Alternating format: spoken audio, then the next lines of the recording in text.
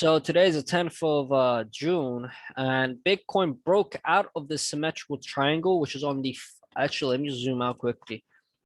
This is actually on the 4-hour chart. It broke down, and then it broke up outside the triangle, and then it broke back down, right? But if we zoom in on the hourly, we could see that, yeah, sure, it found significant support on the line, 1, 2, 3, you could say 4 hourly candles, but then it got rejected from the 38,500 area, and now it just dumped back down. However, why is this good? Because we had to touch the 20 EMA. As you can see, the 20 EMA, you could also say the 25 EMA, but we just want to say 20 for round number's sake, found support on this hourly, and you could see that a flippening happened right here. So all the numbers are in line to where it should be, right? So what could happen potentially in the next couple of hours? Well, if we carry on getting these red candles, we could potentially get a support right here where the purple line is, around the 36,000, you could say 36,300 to 36,500, depending on what side of this area of the triangle we are at. However, because we're already at 70% into the apex, there is still possibility of chances that we could break down again and then find line of support at the 35,000, around 36,000s, or we could go back up and range all the way to the 13th of June, but then again, it could go all the way down to the 18th of June. So we're looking at all these charts and data that are coming through Bitcoin, right? Unfortunately, there's no significant pattern that we could say. You could say this is a cup and handle. Well, it's the worst cup and handle. And then you can say this was a W, broke down.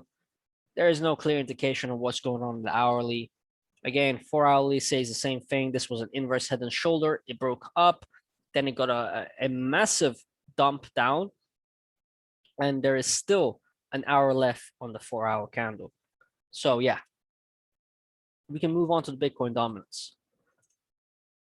Now the Bitcoin dominance just got rejected somewhere around here. I mean, I could have drawn a line here. It should be right over here. Why is this resistance here? You got resistance, resistance, resistance, resistance, support, resistance, and then we can drag it all the way down here as well. And you could say it's somewhat resistance and support here. So the dominance got rejected, but however, I'm still expecting the price on the dominance to keep falling despite this significant pump that it rallied from. I still need it to dump because at the end of the day, Bitcoin dominance doesn't really look that good. I mean, sure, this could have been a very huge W, but it's not, right? In fact, it was a head and shoulders that somewhat just managed to rise up and break all my lines of resistance, and that's completely normal, especially in roughly what is called a reversal candle. Now, what we can do is we can delete all these moving averages, and what we can do is bring out the MACD, and we can bring out the RSI on this, and we can look at two things on the RSI and the MACD.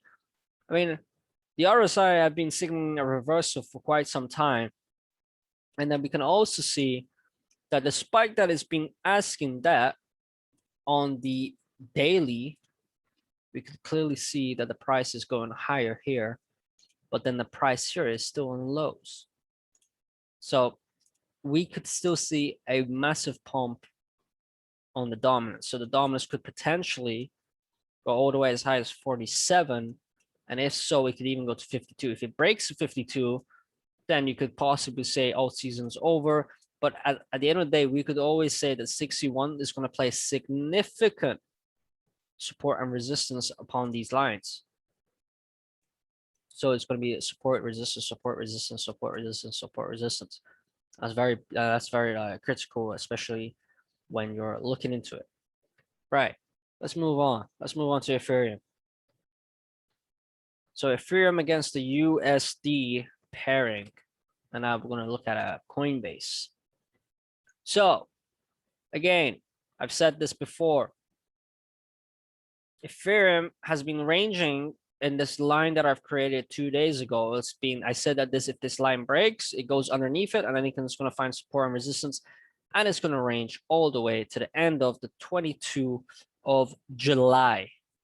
So that's a month from now. That's longer than a month from now. That's nearly 2 months that Ethereum might not even do anything. Now, in some ways, that is good, because it could mean that the RSI on the weekly can reset even more. Roughly, what is it now? It's on a 56, 56.5. It could drop all the way to a 50. And on the monthly, it still has some time to blow off steam. Now, look at this on the monthly chart. I mean, hey, it's still trying to signal us two things: that I need to blow off some steam, but I could also find support on the 70s. Why could it find support on the 70 on the RSI for Ethereum? Because it found support in 2017. And it could potentially have some more downturn, but then it will flatline and pump one more time to a higher price. Again, this will virtue something like this. So we were here on the RSI, dump, stagnant, then another leg up. And that could potentially happen for Ethereum. Right, let's move on. Let's move on to Cardano and see what's going on for Cardano against the Binance exchange. Again, Cardano on the monthly, oversold. Overbought. On the weekly, there is a strong divergence. Well, it's playing out right now, where the price has to go lower. On the daily, it resetted, and if you look on a daily, especially on this chart here, it's a symmetrical triangle. You could say two things. It's a symmetrical triangle with a descending triangle. So, and I plotted out the charts on both sides, so we can even potentially bring this lower here and just say if the breakout happens at some point here, goes all the way to $3, breaks down anywhere here, then it's going to go all the way to around 40 to 39 cents. These are stuff that we're looking into. So these are very important for Cardano's charts. Let's move on to fundamental analysis. And what we can see is that Bitcoin, on the Bitcoin exchanges, we can see 9,258 Bitcoin being dumped on the market. Now, this is also significant because the price right now is also falling. Could this be related? Yes, it is. When the market sells off some Bitcoin, the price falls. So because 9,258 Bitcoin is roughly $300 million, right? So we could see that 27 was dumped on Coinbase, around 6,542 was dumped on Binance, and then 3,042 was dumped on Bitfinex, and then obviously give or take all the other exchanges, which is 516 and 45. Right, let's move on. So we can see that on the 1 day today, 9,258 Bitcoin has been dumped. On the 7 days, 803 Bitcoin has been purchased. And on the 30 days, we could see roughly 78,000 Bitcoin has been dumped on the market. Moving on, let's go on to Gecko, where we can find out who are the winners of the market at today's time and who is a loser. Wizard, Terra, Bitcoin Gold. There's really not enough winners. Kusama and AMP are winners. Then we got even Bitcoin's a winner on the 24 hours, so it's still winning. Moving on, who are the losers of this market? ICP, Internet Computer, Theta Network, Harmony, Algorand, Compound, DAI, Helium, Pirate Chain. And you get the point. Shiba, 4chain, IOTA, all these shitcoins. Anyways, let's move on to the news. Today, El Salvador to mine Bitcoin with energy from volcanoes. It's 100% clean, 100% renewable, and zero emissions. This is perfect. What they're going to do is use the heat to generate electricity, and that electricity is going to make Bitcoin, therefore making currency in a renewable way. That is what El Salvador is doing with volcanoes. Now, volcanoes are very important in this market because he's going to be the first to do this. He's going to be the first to ever do this with a volcano energy. I mean, you never heard of this before. So this is perfect for the community.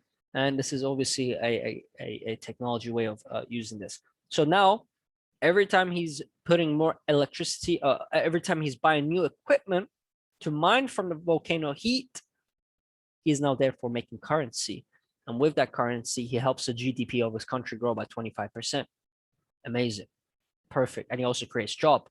That's great for El Salvador because now he's making money out of it. There you go. Exactly what I said. He's using the heat, and then it also turns into pure water vapor. So he's creating clean water. He's making money, and it's clean. There you go. Boom. Easy money. Amazing guy. Great president. Let's move on. Second piece of news for today. White House tech advisor Tim Wu keeps at least $1 million in Bitcoin. But let's do some research about Tim Wu. Who is Tim Wu? Tim Wu is Joe Biden's tech advisor. Let me say that again. He is Joe Biden's tech advisor. He is his right-hand man for tech. So when Biden asks about technology and crypto or etc., Tim Wu is one of those out of, I think there's only 3 of them who gives advice to Joe Biden. Tim Wu owns Bitcoin. Clearly, someone who's a millionaire from Bitcoin and is also working for Biden's right-hand man for tech, Biden's going to listen because Biden has to hire him. So Biden already pre-known that he's already into Bitcoin because he had to state his financial economic status. There you go. He holds Bitcoin and Filecoin. The guy is very open about his financial status, and there you go. So yeah, that's good news for us because now we know that Biden's right-hand man for technology has Bitcoin. That's good for the space. That's good for us. That's good for Biden because Biden's going to listen to this man because he is his advisor. Biden, everyone keeps talking about Biden as if Biden has a time to go and research about every damn thing. He doesn't have time. He only says what the advisors say. And now Tim Wu says Bitcoin is good for you. Biden's going to reiterate that same thing and says Bitcoin is good. Tim Wu is going to help this ecosystem grow. It's perfect. Now, moving on. This is for the Enzyme people, the people who are invested in Enzyme Finance, which is a decentralized open source hedge fund.